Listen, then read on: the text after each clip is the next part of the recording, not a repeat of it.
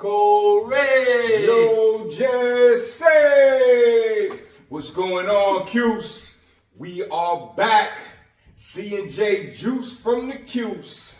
We here, baby. We're here doing an interview today. It's going to be fun. Bringing it back. We're back together again. Corey's been killing it with his interviews. Let's go. Let's keep it rolling. I hope everybody's 2025 is repping. Let's go, baby. Let's go. So today we have a guest. Our guest is Ronyellz. Ron G. My many names. The man, the myth, the legend, baby. Personal trainer. I need y'all as my alarm clock. So I can just, that's a great introduction. That was a phenomenal introduction. So we know about you, but let everybody know a little something about you, man. Alright, so my name's Ronyellz. Go by Ron or Yellz, either or. I am a certified personal trainer and nutritionist. I do have a fitness website, Yellz Fit and Flex, where you can buy all this merch and hoodies. And I'll put all the info down too. Been training for about 4 years, since 2020. Yeah, like shortly after COVID. Okay. Just love helping people get in shape and reaching their full potential fitness-wise. Also drive trucks and do other stuff on the side, but fitness is my main passion. So let me ask you this question. And I can ask you this too, how did COVID impact y'all as far as training? Because you know gyms were closed and things like that. So what was like your go-to in that sense?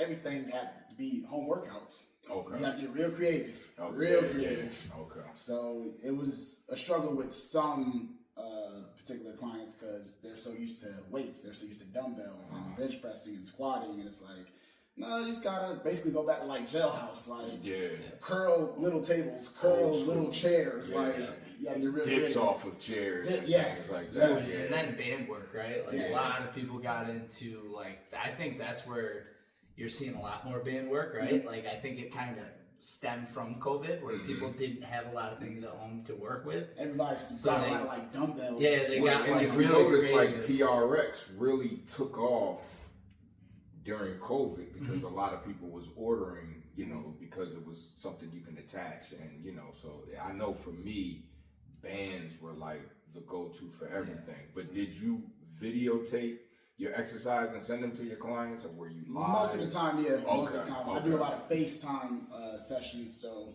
if they need help or practice with the form or anything, FaceTime, set it up. This is how you do it, lean more, and give them tips from there. Okay. So, yes. Okay. So let me ask you a question on this, and I appreciate that aspect a ton, because that's something that I've never really gotten into, right? Because I'm such a advocate for like being in person, hands-on, right? yeah. Like I'm big on that, right? So, and I know you're big on that too. Like you really enjoy that. But what do you like? How successful and how much do you enjoy doing that? How much do your clients appreciate that? They appreciate it a lot more because a lot of them, especially women, have their kids, they can't get a sitter. Not everybody has a car, get to the gym, etc. So they appreciate the FaceTime aspect. Yeah. It's a lot more convenient. And a lot of people typically just want to tone. A lot of the workouts that they want to do don't really consist of a gym. So you can do a lot of the stuff that they want to do, like pull-ups and stuff, from home. So, just set up the phone, obviously a time and place, and get it going. They love it. And I know for me, I respect that for sure. and I know for me, on some of those videos that I did do, it was so cool about it was kind of like I could send it to multiple people, like especially if it was like an arm day or arm and backs. Yeah. I did enough of the exercises to where it was like, okay, Tuesday this person is doing arm and back. Thursday this person might be doing arm and back. So I could actually send, that video. Yeah. But it was hard when a lot of people deal with the frustration of you not being there, and then also the motivation aspect comes because I'm one of those trainers where I'm gonna push you. I get aggressive.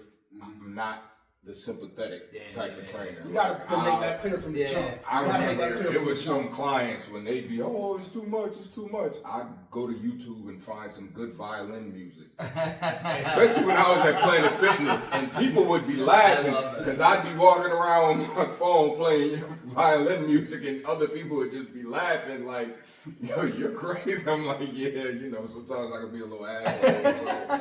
You gotta set that but standard the results at the beginning. Yeah. Like, listen, I know I'm stern, but you're gonna love the way you look at the end. Okay. Eyes on the prize. Like, That's cool. It's not gonna be easy. You gotta make that disclaimer from jump. This is not gonna be easy. Yeah.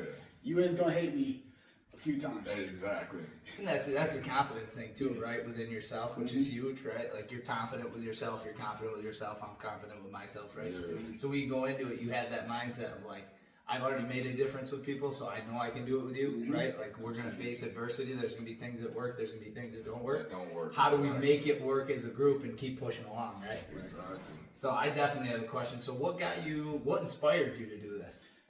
So people that know me, because I'm born and raised in Syracuse, I was really, really small and bullied a little bit most of my childhood, pretty much till the end of high school. Okay. People seen the bulk up. I started doing some real small boxing just to learn how to fight, basically, and started playing football. That consisted of working out a lot.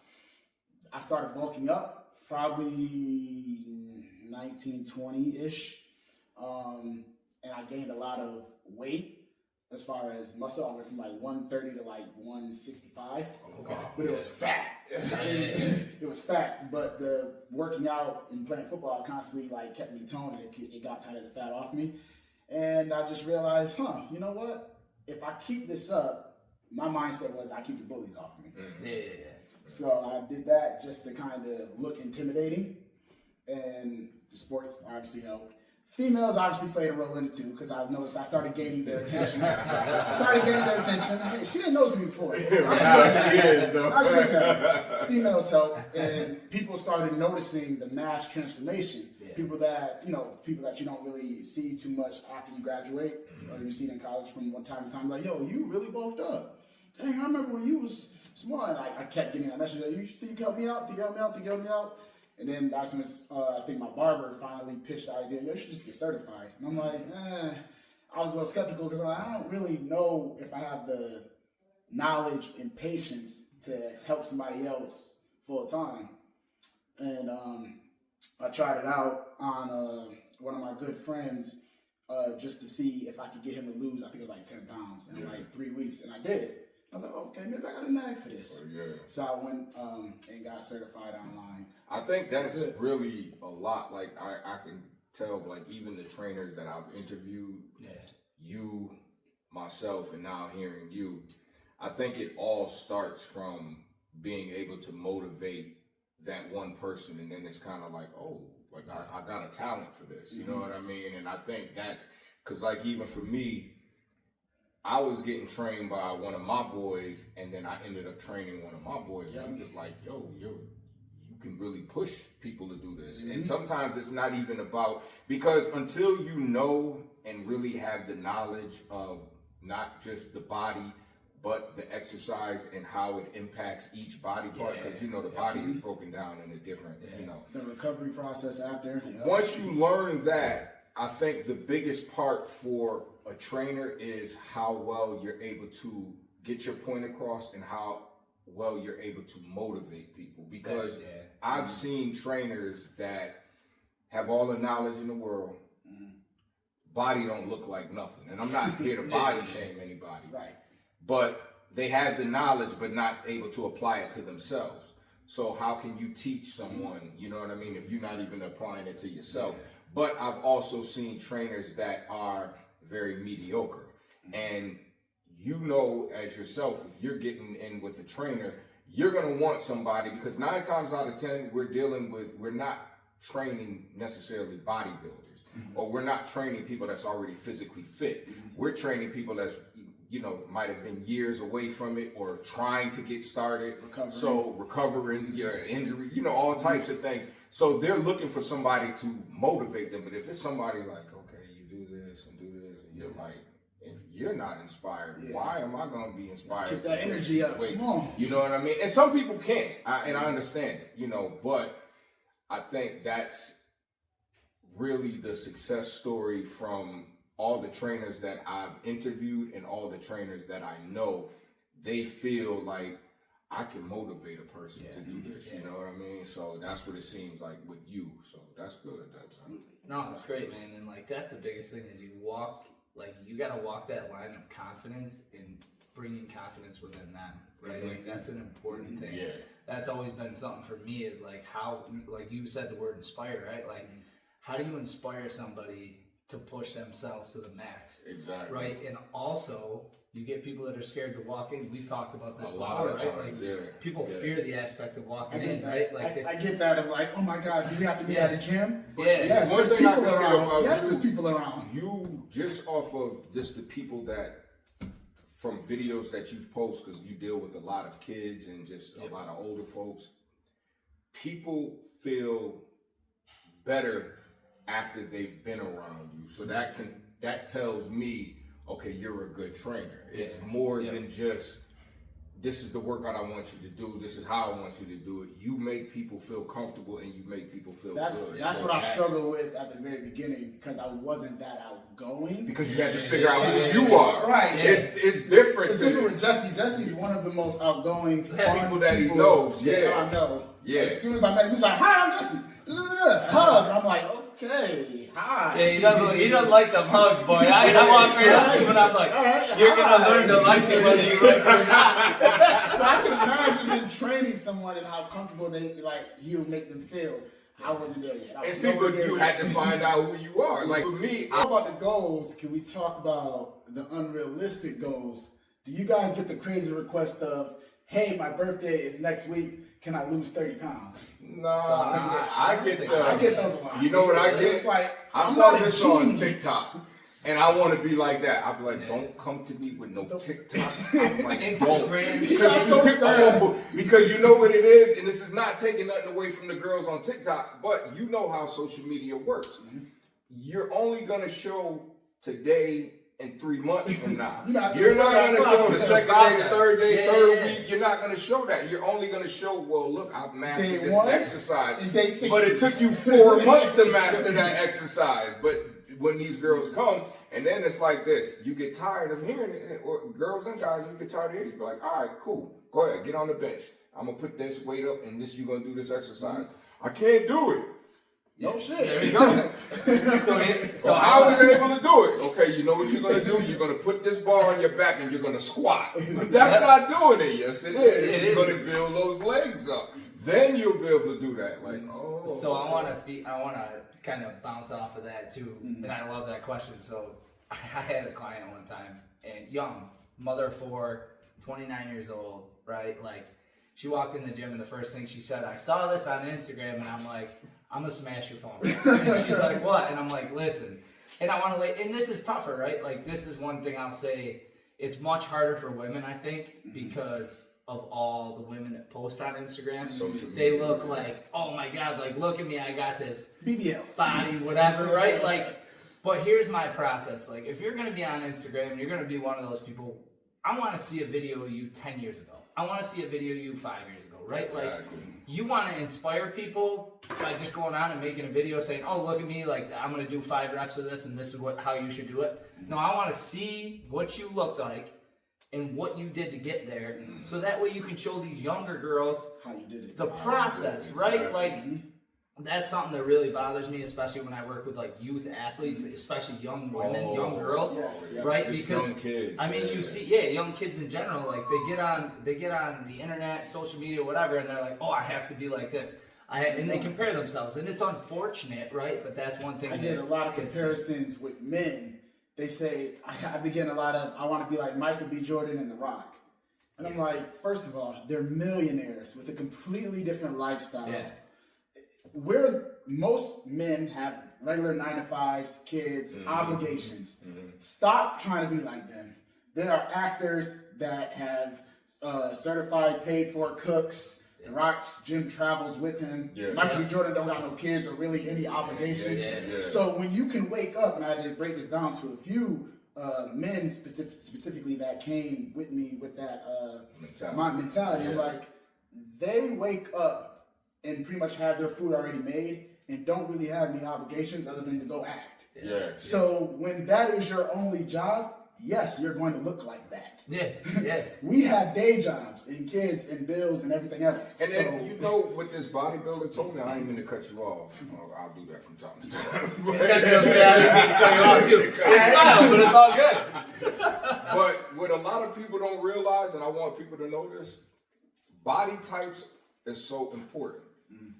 I will never have shoulders like The Rock because our body types are too different. Genetics. Thank you. I could do as many shoulder press, whatever.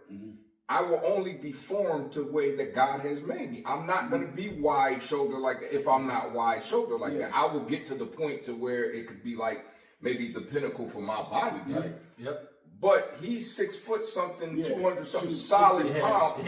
I'm not going to be that. So I try to tell people, you know, especially kids, because kids will come in and like, okay, well, I want to look like this person, this football player. I'm like, dude, you're way bigger than taller than him, heavier. I'm like, why aren't you looking at this body type? Now, there is body types where we have similarities. Yep. I think what I tell people is, and one thing I always say, I'm 5'9" and a half, 190 something. So what I would do was I would Google a body type that's that, you know, those measurements, and then I could look at a picture and say like, okay, I can see what my body can come through. I can't look at somebody that's 6 foot something. I just can't. I'm not gonna be 6 foot. It's not gonna happen. So when people come in there and it's like, bro, you're 5'3". The Rock is 6 something. First of all, want to get that tall first. You know, but that's one of the things I do notice. A lot of people, like you said, they'll come in with this ideology of how they want to look and who they want to look like. But it's like apples and like you said, tomatoes. Between the genetics, the height, the lifestyle, the money, all that factors in. And that does play, And that's important. When you have a certified cook chef that's going to make you the exact calorie amount per meal. And the gym that follows. And the gym that follows you. I wish I could be at that point. And like I said, like with Michael B. Jordan, he don't got no kids, he ain't got no girl, he ain't got no obligations. Exactly. So when you wake up, meditate, and train all day. And movies, that's it. That's your life. Yeah, you're gonna look like a Greek god. Like, and you definitely proved a great point, right? Like, we all have 9 to 5 jobs, we have families, and like that, people need to consider that. And that's like a huge thing. And I think a lot of people don't understand that process, right? Like when you're in it, we understand it, right? Exactly. You know, and then even people that are starting out, right? They're like, oh, you know, I don't know if I'll have time. And it's like, listen, there's 24 hours in a day, right? Like I get it, you got to work. If you can find a half an hour gap, right? Like I'm not even asking you. I'm not asking you to do 2 hours, right? Like you find that half hour gap, you can get a lot done, and you will feel better day after day after day. You know, and it's. I mean, think about our business, our industry that we work in, right? As our not as enjoyable job, not right? as enjoyable. But like you think about that and look at the people we work with, it's like just take that time to exercise, even go on a hike or do something, you know what I mean? So people need to take that drive and initiative and break the mold of like, oh, well, I can't do it here. It's like, dude, take 30 minutes. You don't need to do it for 4 hours. And set small goals. Like you say to yourself today, you know what? Today, I'm going to just do 10 push-ups. Tomorrow, you may do 12. The next day, you may do 20. It's like a lot of people just think, okay, I have to do this all in one day. Or like you said, they'll come in with these unrealistic goals. Like, okay, I do this for 2 weeks. I have 2 weeks to drop 30 my pounds. birthday next week. I'm like, drop 30. If I can help you drop 30 pounds in 2 weeks, I'm in the wrong business because I'm just gonna have a magic wand. Like, okay, I'm gonna sell that. You get your size.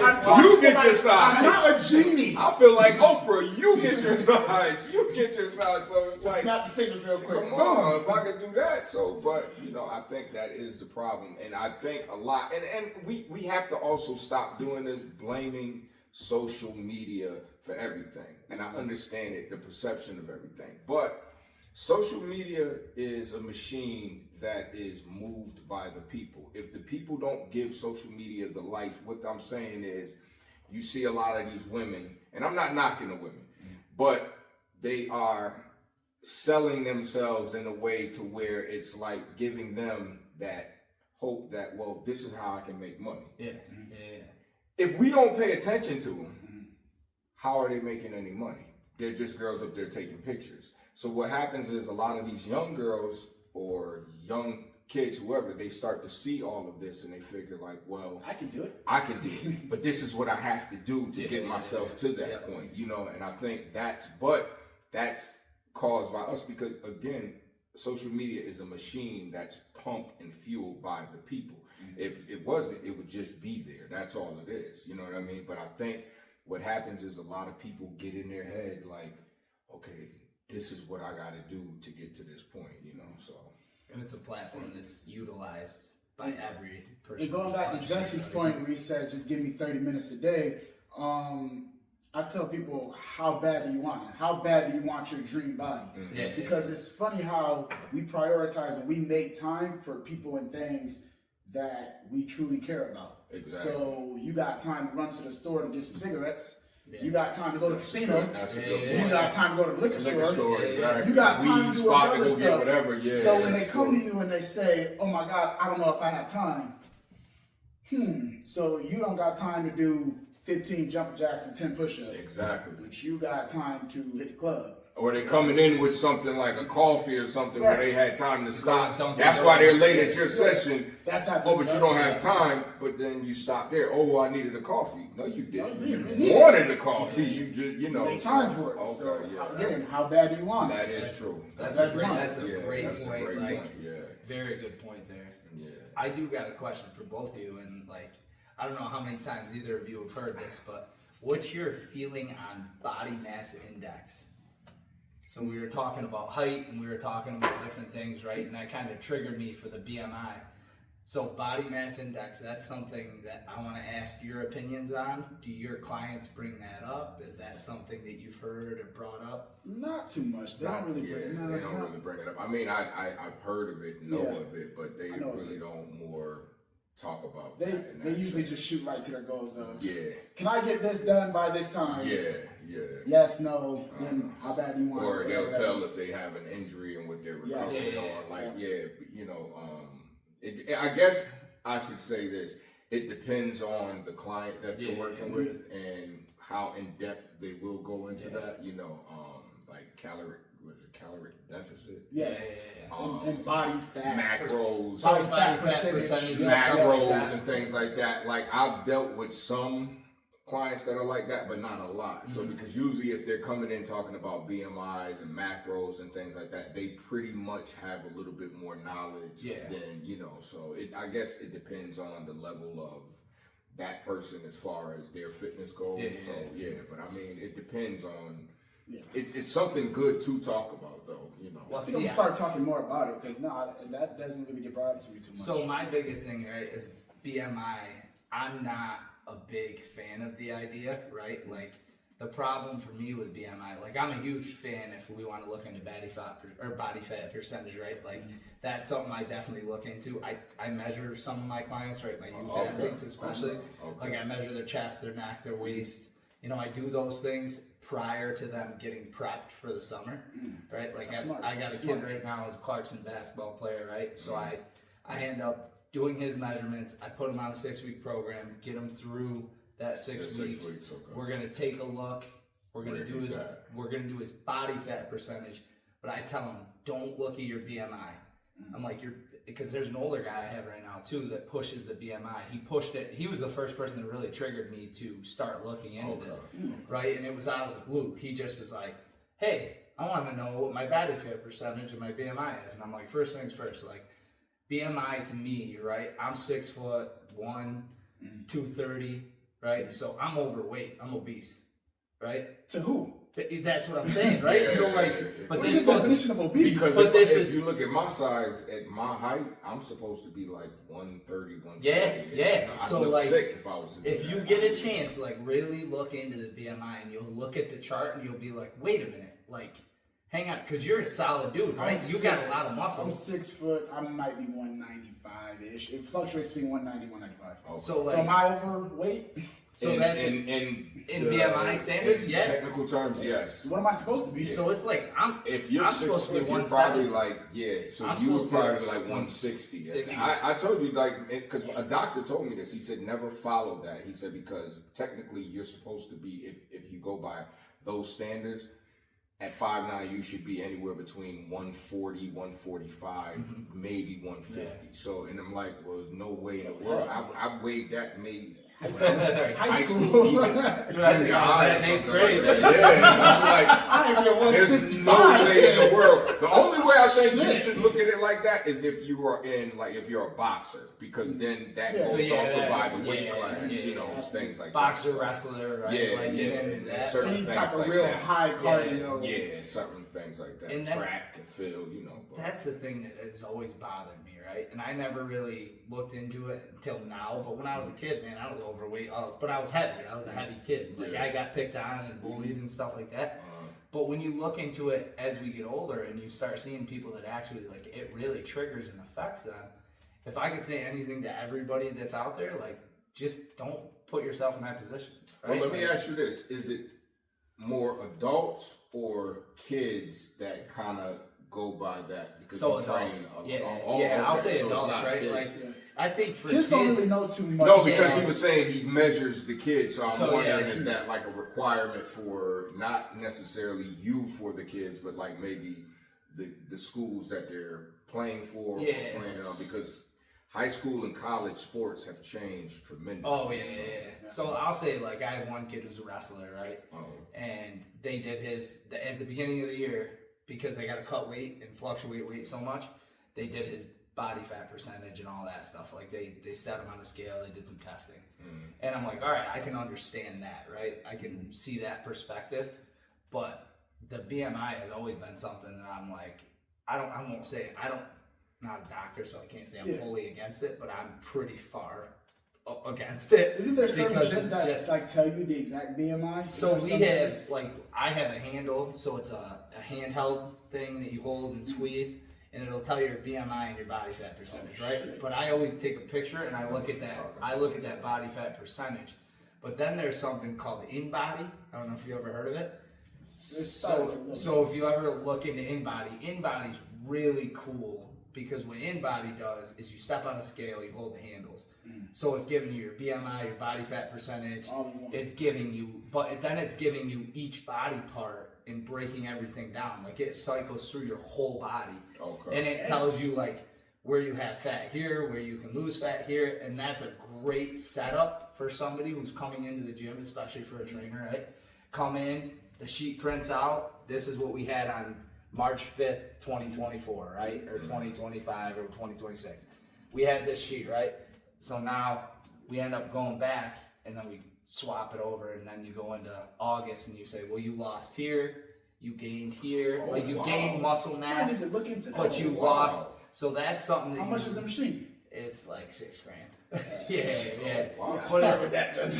but So it's kind of like a diagnostic. it is, basically. yeah. Because that's there's a cool. gym I That's went out to in Rochester, and I went and checked out the gym, and that they had it there. Oh, wow. And they said they were gonna, their trainers used it. Every trainer used it. Yeah. Right, like that was their plan. Which gym in Rochester? It was a YMCA. Oh, wow. Yeah, and it was. Oh, really? Yeah, Wow. yeah. So it was really cool because Wow. I got to meet with the guy who ran the Y, and he walked me through everything. They also had these machines that were, forgot what they were called, but you scan a bracelet, right? And it actually, like your body type. So when you sit in there, when you sit into the machine, it adjusts to your body type. You don't have to touch I've it. seen it. Yeah, I've seen them. You don't have to touch in it. New York City. So like you'd Yeah, scan, right? You'd yeah. scan your bracelet. As soon as you'd get in, your body would be set. The machine would set to your Would body. know, okay. And then you'd be caught up on like if you did 12 reps of this, You would know. it would already have the weight set for you. Wow. So like you don't have to put weight like a machine or no plate loaded stuff. So you would actually just get in it and your weight would already be prepped for say 12 reps. Damn. It's pretty neat. It's pretty neat. It's super expensive. But So much is changing now. Shit. Technology. Yeah. Man, put me on some game. I'm about to look into that. yeah, it's pretty neat. Damn. Oh, okay. Damn. Yeah. I definitely wanted to ask you guys that opinion on the whole body mass index. Yeah, I don't get that question too much, but damn. Yeah, Damn. it's dude. I was feeling the same way when they asked me. I'm like, I don't know how the hell to answer this Because when question. you said with kids, it's like that just threw me off because you see so much now the pressure that is put on kids just by coaches, by parents, by just the culture itself. So a lot of them are expected to perform and be a certain way. So